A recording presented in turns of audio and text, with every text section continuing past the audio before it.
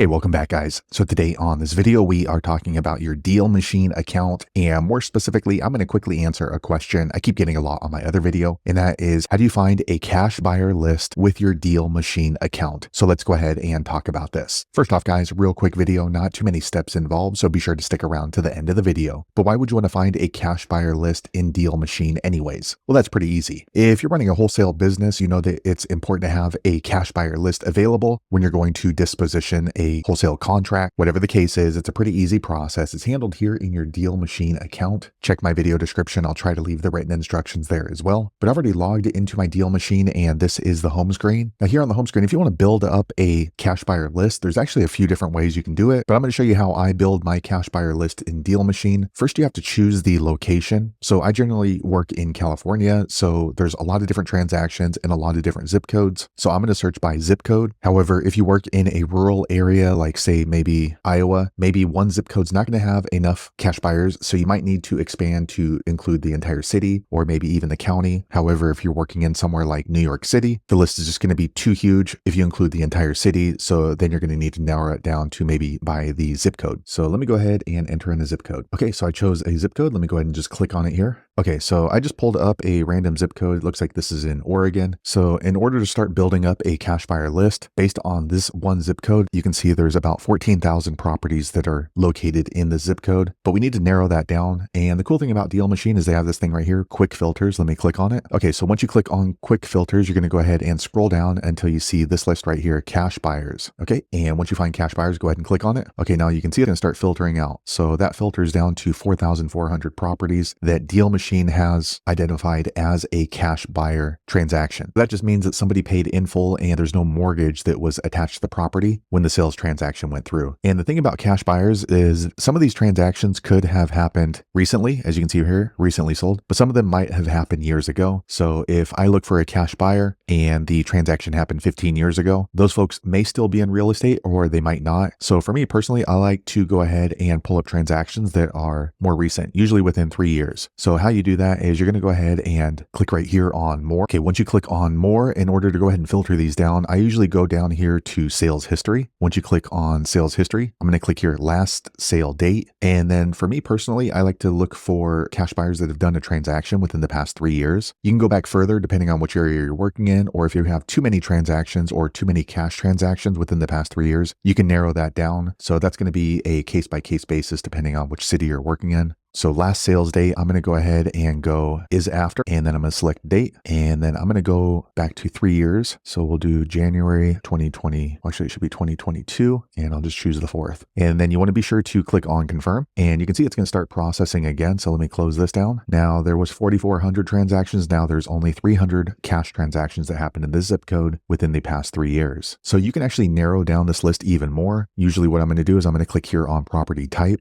Okay. Now if I'm trying to disposition a single family house, I'm going to go ahead and filter this out by single family, because with the cash buyers that I work with, generally they have a target type of property. So cash buyers for single family usually are not buying condominiums, and vice versa. If it's a cash buyer and they like buying condos, they're usually not going to be buying single family. So I'll personally filter that out. So single family, you can check that off, or you can do condos right here. You can do multiple right here, but let me go ahead and just filter that by condos. And you can see that drops it down to 73 cash buyers. Let me switch back to a single family. Okay, you can see in the past 3 years, there have been 168 cash buyer transactions for single family residents in this particular zip code. Also, as I was saying, with cash buyers, a lot of times they have a target price. So if they're paying cash for $1 million homes, maybe that's the type of homes they like to work on as an investor, or maybe like working on 300 to 500. So what I'll do normally is, depending on the price of the property that I'm dispositioning, I'll click right here on price, and then I'll filter by estimated value. And let's say that my contract is worth $350,000. Maybe I might go ahead and put a range between $250,000, $500,000. Okay, so let me go ahead and see what we got here. Okay, so that narrows it down to 65 cash buyers in this price range. And again, the reason I do that is because if the investor likes working with $1 million properties, maybe they're not going to be interested in a $200,000 property, and vice versa. If it's an investor that likes buying $200,000 properties, it's not likely they're going to be interested in buying $1 million